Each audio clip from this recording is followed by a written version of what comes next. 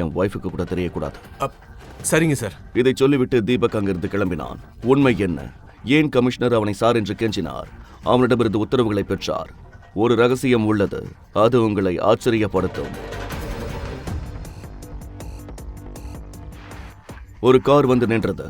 அதிலிருந்து ஒரு வயதான மனிதர் இறங்கினார். அவர் தீபக்கிடம் ஒரு சிறிய பெட்டியை கொடுத்தார். அந்த பெட்டிக்குள் என்ன இருந்தது? தீபக்கின் உண்மையான அடையாளம் என்ன? மாலை நேரத்தில் அந்த அரண்மனையே விழா கோலம் கொண்டிருந்தது. அது என்ன என்று கேட்க தேவையில்லை. அது ஷர்மிளாவின் பாட்டி காயத்ரி தேவியின் பிறந்த நாள். நகர மக்கள் இந்த சந்தர்ப்பத்தை தவறவிட விரும்பவில்லை. நாட்டின் அனைத்து பகுதிகளிலிருந்தும் மக்கள் விலையுறந்த பரிசுகளை கொண்டு வந்தனர். தீபக் காயத்ரி தேவியின் பிறந்தநாள் விழாவிற்கு சென்றான்.